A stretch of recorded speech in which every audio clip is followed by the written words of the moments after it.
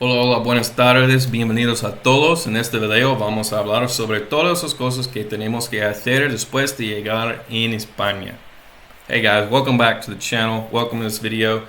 As I just said in Español, in this video I'm going to be talking about all of the things that we need to be thinking about and getting done as soon as we get to Spain. Now I'm here in Spain, finally. It's been a long time coming. I'm here in Madrid. I've been here for about a week and a half. And I've been taking this time to get over jet lag and also to just get accustomed to my environment, the city, finding out where things are, how to get around, and things like that. Now, I'm going to give you a list of 5 things today that you need to be thinking about and getting done once you get here. Ideally, at least started on before school starts. That way you're not too stressed trying to get things done, and you know, having your schedule with school is going to put a limit on if you need to make an appointment somewhere, and what times you can do that. So the more of these you can get done before school starts, the better. Okay, so again, 5 things. We're going to be talking about 5 things, and these 5 things are in an order that I find to be most helpful, but this is not like you have to do it in this order. Some of these things are definitely going to be better done before others or prioritized first, but however it works for you, you can reorganize these things, but this is the order that I think is most helpful. Number 1 is the Metro Pass. Or if you're not in a city with a metro like Madrid, or I think Barcelona has one too, then at least public transportation, whatever that is, buses. Madrid has tons of buses, trains, metros, all those things. And I know that Madrid is the most popular as well, so this will definitely help you people that are in Madrid. But even if you're not in Madrid, if there is some sort of public transportation that you're going to be needing to use regularly, then this is what I'm talking about. Whether that's a metro or buses or both or more or whatever, okay? Public transportation. And the reason why this is number 1 is because for some of these things that you're going to have to do, you're going to have an appointment. And you're going to need to be able to get to that appointment. And my assumption coming into this is that the vast majority of us are not going to have a car or some sort of motorized vehicle that we have able to get around. So public transportation in Madrid, that's primarily going to be the Metro Pass, which also functions for the buses and which also functions for the local trains that are in Fe, or the cercanías that go to the outer regions of the community of Madrid. So what does that look like? Well, here in Madrid, when you first get here, what I recommend is getting the multi-pass, which is basically a pass where you can load a certain amount of trips on it. Okay, you can do it. There's a kiosk in each of the metro stations, and you can go there and you can put in your stuff. It is in Spanish, so you'll have to just kind of read through it for a moment and figure it out, and then it will print you a little card, and you will be able to use that card to make trips. Now, the thing is that this card has a certain number of trips on it that you can use, and you can reload this card with 10 trips at a time. Okay, now eventually you're going to want to get your personal Metro Pass, which you pay for by the month, and it has an unlimited amount of trips within that time period.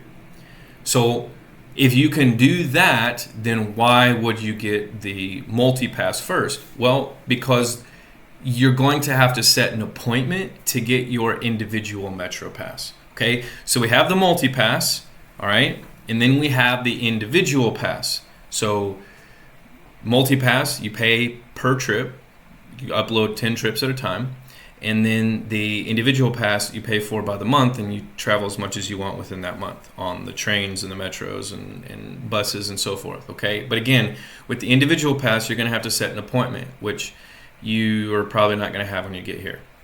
It is possible to set an appointment for when you land to get your individual pass.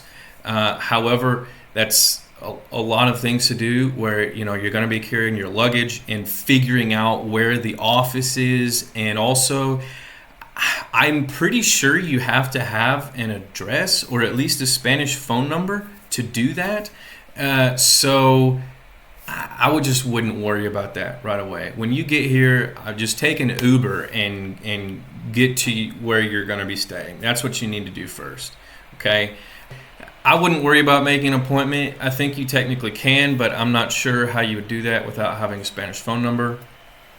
And we'll get into the Spanish phone number here in a minute. So anyway, public transportation. You need to get that figured out right away so that you can get around. Now, you can buy individual trips, tickets, but to me, I don't want to do that. Every time I go to use the metro, I don't want to have to worry about going to the kiosk and buying it and doing it. I don't want to do that. So get the multi-pass, upload 10 trips on it at a time, and then once you have your Spanish phone number, you can go onto the website and sign up for an appointment to get your individual pass, which you will pay for by the month. So, public transportation, you need to be able to get around. Number 2 is going to be your SIM card, okay, for your phone. Now, there's lots of different ways to do this. There's eSIMs and physical SIMs and different carriers.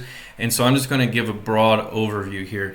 There are multiple carriers here in Spain. There's Orange, there's Vodafone, there's Movistar, there's others as well. Okay, and you are going to need to get a Spanish SIM card, whether that be an eSIM or a physical SIM, because you don't want to be racking up all those international charges on your American plan. I mean, you would go broke. So once you get here, you need to try and get your Spanish SIM card set up as soon as you can. You can still use WhatsApp and things like that on Wi-Fi or data and not have to worry about those international charges. And even after you get your Spanish SIM, you're probably going to be using WhatsApp more than anything else. But still, you don't want to have to worry about all that, international blah, blah, blah, blah, blah. So, SIM card. Now, there are a couple that I would recommend off the top of my head. There's one called Lobster. And it's actually a British company, but it has offices here in Madrid, and they do operate in Spain. And the advantage to this is that everything's in English. So if you go onto their website, Lobster Mobile, it's all in English, and you can do everything in English, pick your plan, do all that stuff. It works fine here. They have a cheap plan that's under 20. I think it was like maybe around 15 a month for I think it was like 10 gigs of data or something like that, if you think that that's going to be sufficient for you. And then you can use it throughout the European Union and blah, blah, blah, blah, blah. Don't quote me on that. You should go and check out their website, and they have all the details. I'm just spitting off what I remember off the top of my head. Could be wrong about some of the details. But Lobster Mobile, point is all in English. And what you can do is you can go to one of the stores here in Madrid, or if you're somewhere else in Spain and they have a store, you can do it. Or once you have an address, they can send you a SIM card in the mail. Okay. Another one is Orange, which a lot of people use, and they have something as well. Now, this is in Spanish, their website anyway, but they do have one called Go Walk, which is 10 gigs a month, and it's about 10 euros a month. And yeah, that's pretty much it. Phone service, 10 gigs a month, 10 euros a month, something like that, and then you just renew it at the start of your next pay period. They have another one called Go Run, and it's I think 15 a month, and I don't remember. It gives you more gigs though, and then I think they have a step above that. Those are the two that I would recommend. I would either recommend Orange or Lobster. They both have stores. If you're in Madrid, they both have stores in Madrid, as well as there are other phone companies here as well. And they have pretty cheap options. Just do some research. Look up the phone companies here, or the ones with stores in the area where you're going to be. Look up the prices and see what plans they have.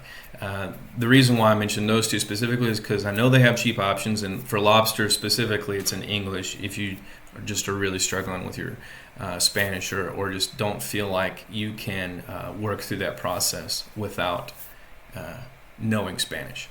So that's number 2. Number 3 is the apartment, or getting a permanent place to stay.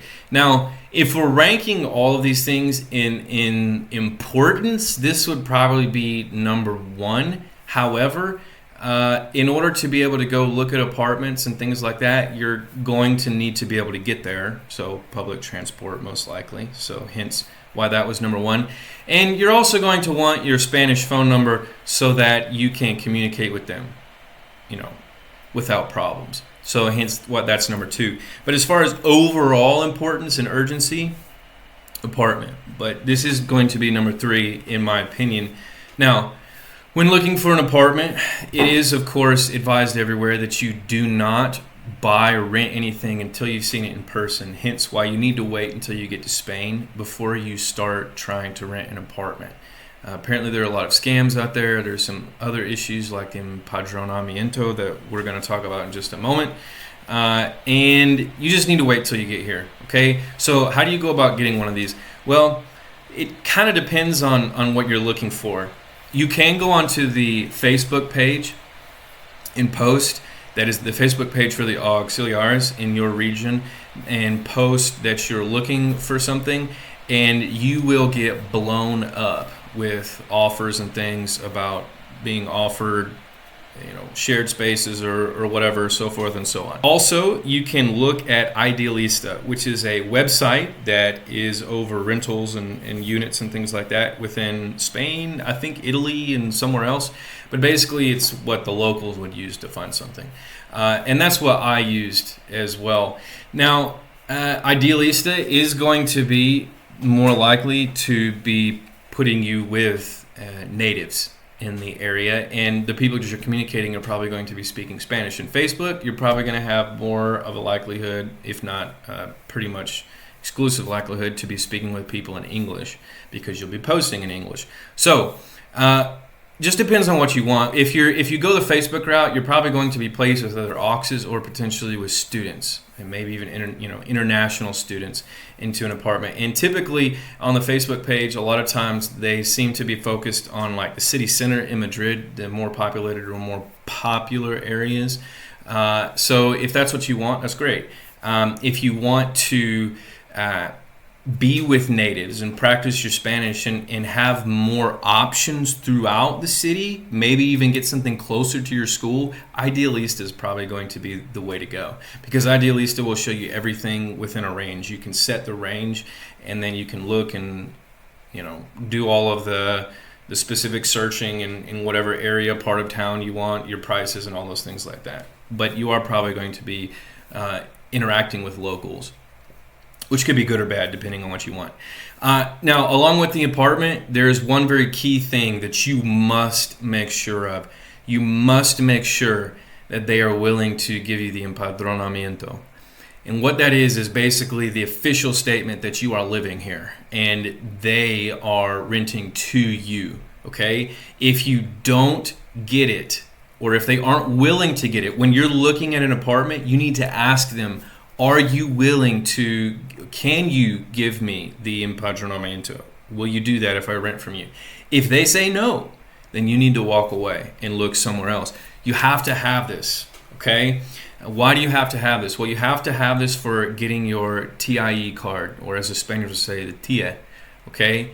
We're going to talk about that card in just a moment, but that's basically going to be your identity card, and you have to have it. That's what's going to allow you to stay for the full time. Your visa only goes for 90 days. So your TIA is going to carry you the rest of the time period. So you have to have your empadronamiento to obtain that card. So basically, you need to ask anyone that you're thinking about renting from, are you going to give me the empadronamiento if I stay here? That's number one, okay? If the apartment is a dream, but they're not willing to give that, then walk away. Okay, number 4 is going to be bank account, okay? And honestly, during the process that you're getting your MetroPass, SIM card, apartment, all those things, you'll probably have time to go buy a bank and open one. But I put this as number 4 because it's not quite as urgent. You'll probably still have your American credit cards and whatnot that you can use here. Now, depending on what credit card you have, you may have a foreign exchange fee that your credit card imposes whenever you're spending abroad. Mine does not, so that's on a side note. You may consider getting an American credit card that doesn't have any foreign exchange fees. But Bank account. Back to the bank account. So there are multiple options in Spain. You can go to one of the local banks like CaixaBank, BBVA, or Santander, or whatever. You can go and set it up in person, do all those things. Just basically go to a bank and say, hey, I need to open an account. That's fine. What I did, and what a lot of Auxes have done and are doing, is I used an online bank called N26. N26 is actually a German bank, but they operate in other countries. Okay, it's all online. There's no store, there's no brick and mortar building for you to go to. It's all online. And they offer Spanish accounts. Okay, so that means that your bank account is a Spanish bank account, but it's basically through a German company. Okay, all the details don't really matter. But it is a bank option that you can do. It's all online. So you say, how does that work? Well, you go onto their website, you fill out your information and sign up for an account, and then you have them send you in the mail, once you have an address, a physical debit card, and you can use this bank to receive your payments from your school, and you can use it throughout Europe on your debit card and all these things like that. Okay, it's very simple. The bank account itself, the most simple account that they offer, is free, in which you will have to pay about 10 euros for them to mail you a physical card. You technically don't have to get a physical card with the standard account, but you will want one. And then they have some other options too, with more support and things like that for a fee if you want to open a more advanced account with those capabilities. But the standard account is free, and then just pay the 10 euros and they'll mail you a card once you have an address that you can have it mailed to. Okay, that's the one I went with. Also, the website's in English, so that's helpful. If you don't have someone to help you right away to do these things, you can figure that one out in English. You just need an address, okay? And you'll want to do this once you have your Spanish phone number as well, because the way that you're going to access your account is through your smartphone on your app. So that's where you're going to be able to see your statement balance if you need to make transfers and blah, blah, blah, blah, blah, all that stuff. So you will want your Spanish phone number before you do this if you're going through N26. And honestly, even if you're going through one of the others, you'll probably still want to already have your Spanish phone number. But it's simple enough to get the Spanish phone number, as I mentioned, as well as number 2. And you'll need it for these things. That brings us to number 5. Okay? And number 5 is the TIE, or the TIA card. Okay? Your TIA or TIE card is going to be your, as I mentioned before, your identity card here while you're in Spain. It's going to have your NIE on it, which is your number, your número identificación extranjero, or algo, something like that. Basically, your foreign identity number. Okay, and it's going to be basically like your driver's license. It's not going to let you drive, but it's what you think of as our ID card. Okay. And so the reason why this is last is because you have time for this, okay? You have 90 days until your visa expires, but you do need to be getting on this pretty quickly once you get here. But to get your TIE card, you have to set an appointment online. And at the appointment, you have to have the empadronamiento, and you're going to have filled out a form. You're going to have all of the pages of your passport photocopied and brought, and you're going to need to do that after you get to Spain, because they're going to need to see the stamp that you got when you entered Spain. And if you photocopy your passport before you come to Spain, it's not going to have that stamp. So you're going to need to photocopy your passport once you get to Spain. You will need to bring your actual passport to the appointment. There's all kinds of things that you're going to need to bring, and I am hoping to make another video about this in the future, so I'm not going to go so far into it right now. I'm just trying to give an overview, but you're going to need these things, so that's why this is last. You have time, and there's going to be lots of things you need to bring, one of which is the empadronamiento, which you can't get until you have found a place to stay, okay? One thing I do want to mention about the TIE and making the appointment is that it is pretty well known that it can be difficult to find an appointment. And actually, if you can get here, before 2 or 3 weeks beforehand, which by this point we're about, a week and a half before school starts and people are arriving. But the sooner you can get on this, the more likely it is you're going to find an appointment that's not too crazy far out in the future. I have already had my appointment where I took everything and I gave it to them. And then after you have your appointment, what they're going to do is they're going to give you a piece of paper and they're going to tell you, okay, in 30 days, make another appointment to pick up your card. Okay, but I've already had the appointment and it actually wasn't that difficult to get one because I guess I was here before everybody else was trying to get it. However, the sooner you can get on it, the better. These are the 5 things, okay? We want to get here and figure out your public transportation, if that's going to be a necessary part of your life. In Madrid, that's absolutely going to be necessary. In any of the big cities, it's probably going to be necessary. You're going to want to get, number 2, your SIM card for your Spanish phone number. Very simple. You can just go to one of the stores and have them set it up, or you can do it online and have them mail you one once you have an address you can send it to. You're going to want to start looking for an apartment as soon as you get here. Looking on either Facebook or Idealista, or there are some other places you can look as well. I may make a video about that later on, and we may go into more detail with that.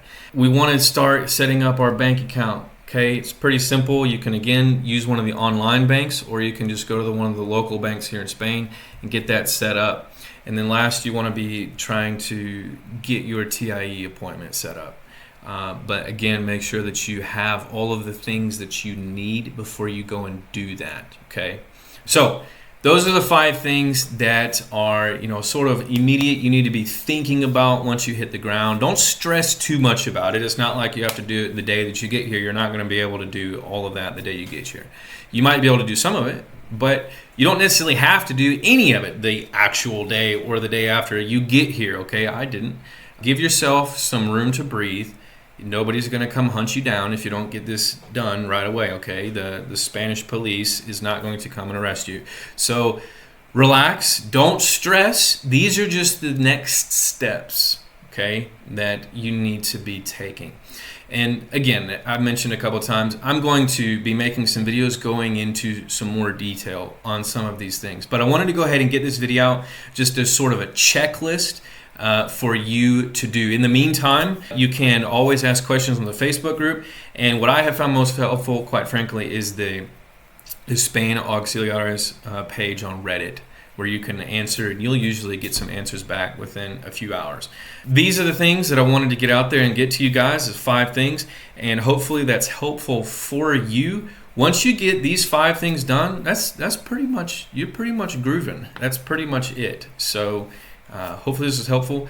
I appreciate you guys watching this video, and until next time, hasta luego.